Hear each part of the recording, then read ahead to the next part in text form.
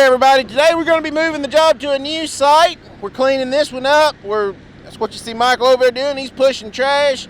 Matt's on the 620 pushing trash. Mickey's loading the last little bit of timber off of this track. It'll transfer to the next place because it's the same landowner. So we won't waste this wood and leave it. We'll take it with us and just load it at the new place, finish loading it at the new place. And then we won't also have to go out there and try and rummage through the fine thinning job that y'all can see has been applied to this stand of timber and take some more out. It's running about a 70 basal area. It turned out really nice. I'm really happy with the results we got on it. But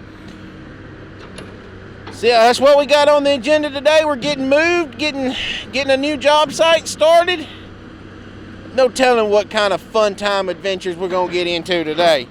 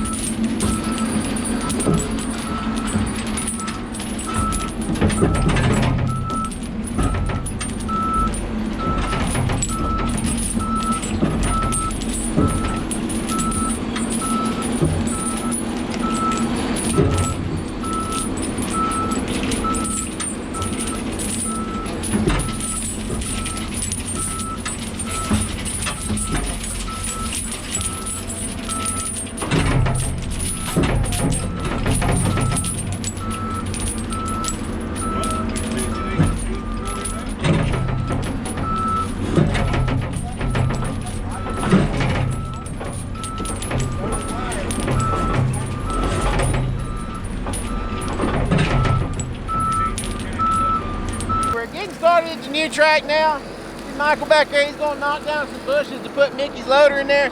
This is going to be what we call a reverse set, a backwards set.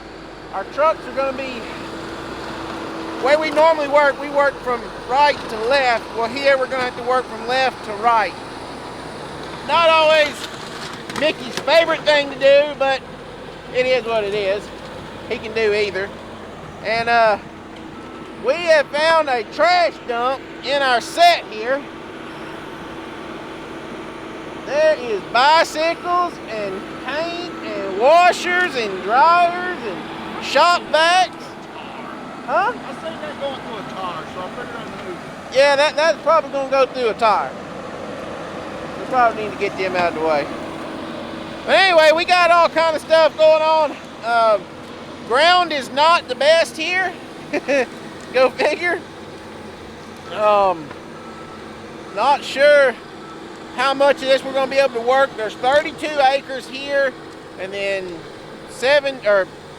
42 acres on the other side over there. So it's 74 acres total that we have to cut. And then there may be a possibility of a first thin. It's been a long time since we've done first thin for y'all to watch. But we got a good chance of doing a first thin here coming up soon.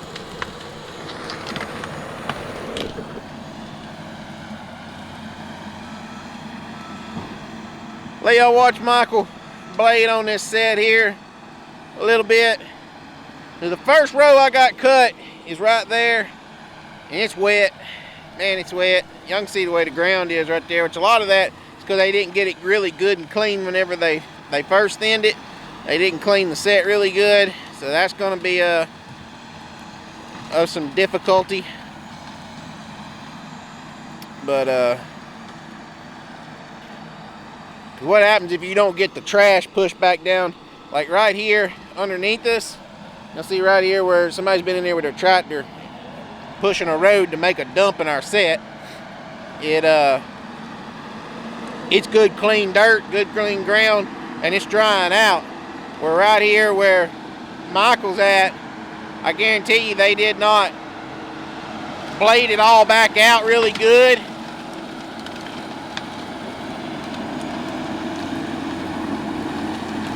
And that rotten mulch, trash, debris, and everything is holding moisture and keeping the ground wet.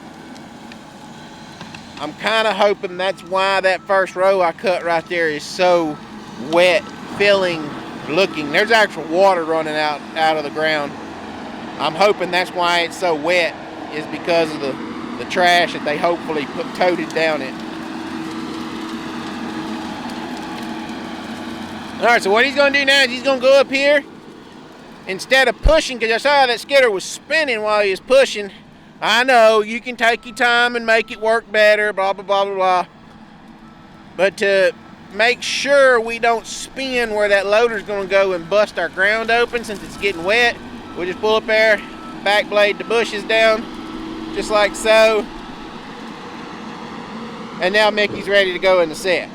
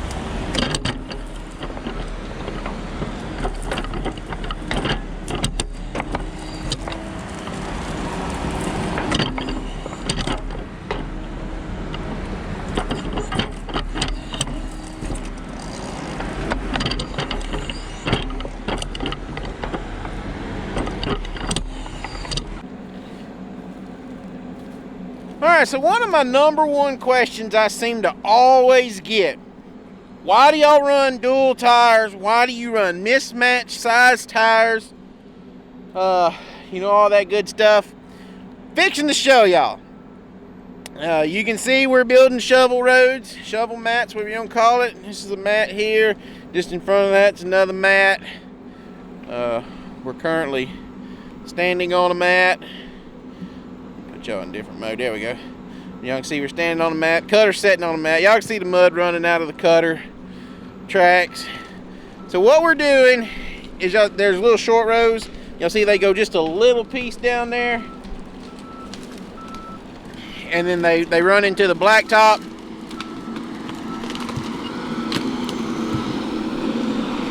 So what I'm having to do, we'll watch Michael go down there. So what I'm having to do is I'm having to cut these little short rows and pack all of the wood from this side of the access and tote it all the way back. And this is all I'm getting off them little short rows. It's just enough to build it ain't even a good mat. It's what I'd call a half-ass mat.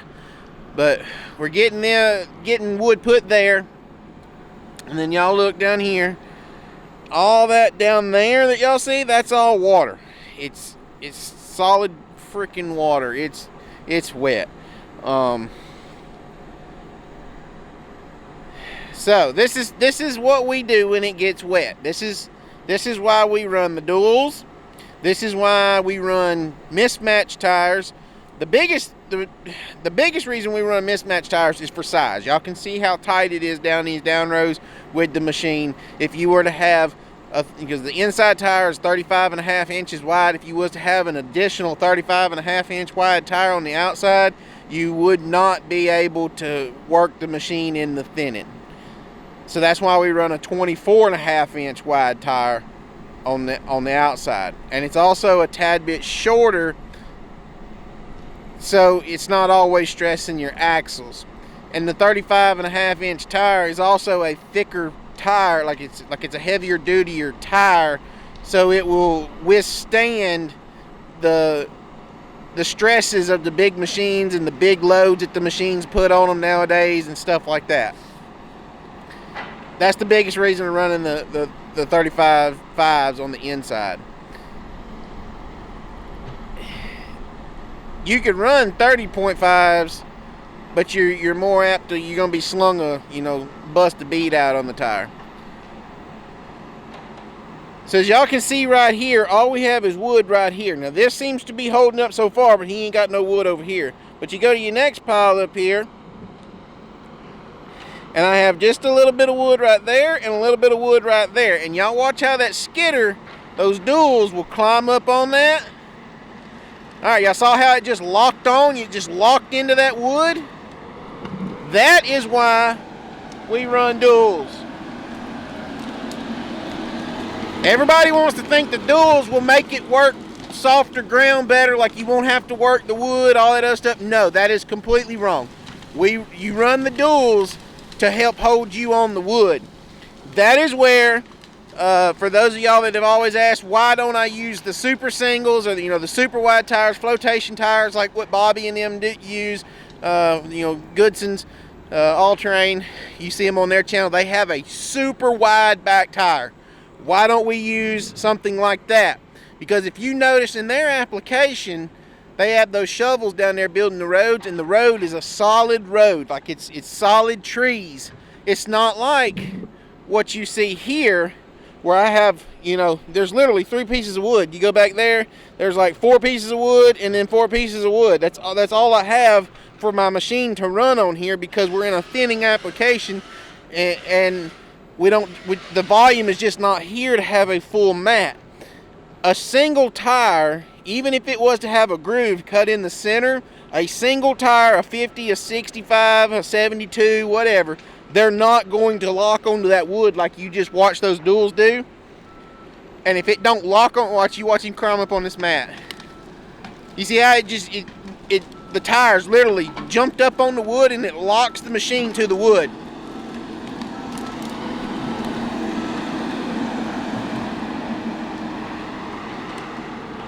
If you don't have those grooves, those duals, they're not going to lock on. Now, I've heard Bobby talk about how they don't seem to think the duals hold them good on the wood.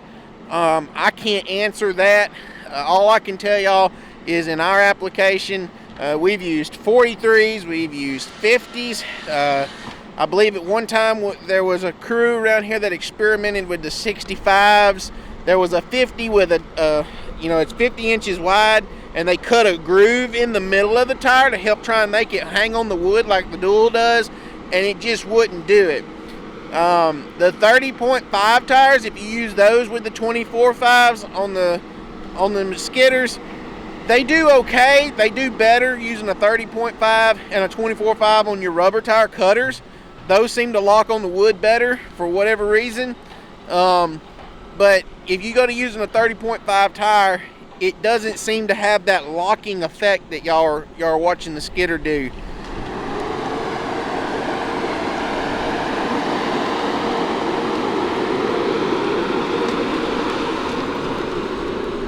Watch him get this one last piece right here.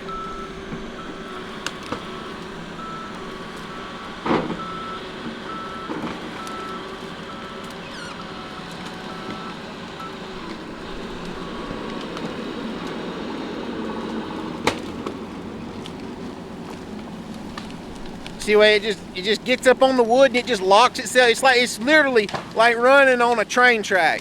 And if you have these mats built cockwadded this way or that way, or you got them pointed here and then pointed into it, pigeon-toed or whatever, it throws your machine all off. It won't run this wood. Now as Michael continues to skid, you can see there's an open hole right here. He's gonna have to add about 4 more pieces to finish tying all this in while he's skidding. But y'all can see down through there where he just got done working. I'm trying to look at my screen here. It's dark. The sun's killing me. But anyway, y'all can see all down there where the muddy water looking stuff is. That's all it is now. It's not rutted deep or anything like that. And I'll try to remember at the end of the day to go up there and show y'all the first down row that we cut, so y'all can see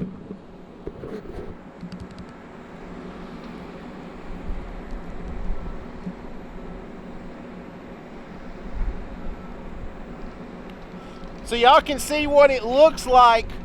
Woo, losing balance. So y'all can see what it looks like, because the first row we didn't put wood down to try and run it. We was just running the ground, as I call it, and it wasn't working. I'll show you the difference of running on the wood versus running on no wood, hopefully in a minute. But anyway, so that's the biggest reason why we use the dual tires. It's hard to explain it without having some kind of visualization like that. I know a lot of y'all think that it looks retarded or whatever else, but that's why we run the dual tires like that. Well, that's not necessarily what you want to see.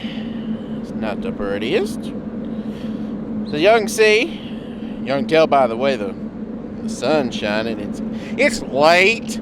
Later than what we normally out here monkeying with this stuff. So we're gonna go ahead and wrap this video up, and y'all can see the ground. Y'all see that right there? That's trees I just cut and threw down. Here, I'll step out here on the track, show y'all. That's going down. See those hardwoods over there? That's the SMZ we're trying to cut up to and get across. I should have got y'all some video of the SMZ. It's about an 8-foot deep SMZ. And yeah, we're not going to get to it. You can see ooh, look at that mud, ain't it? Oh God, ain't it so pretty? So ground has fell out here. Cut everything in one day. I've cut everything that is going to be able to be got here. We're going to be moving again in the morning. There's 2 pieces of this track that they included all together.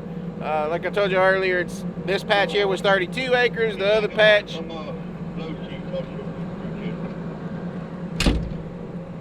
is 42 acres. We didn't get to look at this before we got here, and we were just kind of shooting blind in the dark getting here, and that's just never really a good business move. But it's kind of the cards we were dealt for this track, and Yeah. I ain't showed y'all everything here. I'm just gonna tell you, it's not good. It's not pretty. It's not my. I'm not showing y'all everything because it's work that I'm not proud of, and yeah, it's just not good. Y'all can see kind of behind me back there. There's a lot of this. It's leaning and tore down, and it's just making the wet ground situation twice as bad. Typically, I can work ground this wet when there's enough volume and the timber's not all tore down. Like, it's all blued down towards the direction that we're having to cut. So I'm having to crawl across all that mess, go to the back, pick it up, spin it around, and it's just not working, guys. So anyway, we're gonna move in the morning to the other patch of this. It's about 2 miles up the road, 1.5 miles, something like that. So we'll walk all the equipment except for the track cutter, and we're gonna get set up there. Y'all come back tomorrow, and we'll include y'all in on that fun. I do know half of that one is really good ground, the other half is marginal ground. I'm gonna go ahead and try and get the marginal ground knocked out before the rain gets here Saturday. Tomorrow's Friday for us, so yeah. Anyway, thank y'all so much for watching. Thank y'all for all the support and all the new subscribers. Welcome to the channel. If y'all want shirts are down in the description below. I believe we still have some 2X's, maybe a couple of 3X's, and of course tons of larges, mediums, and smalls. Smalls are great for kids or your wife or whatever. And anyway, guys, thank y'all so much, and that's just, I'm ready to go home. So until the next video, I'll catch y'all next time. We're out of here.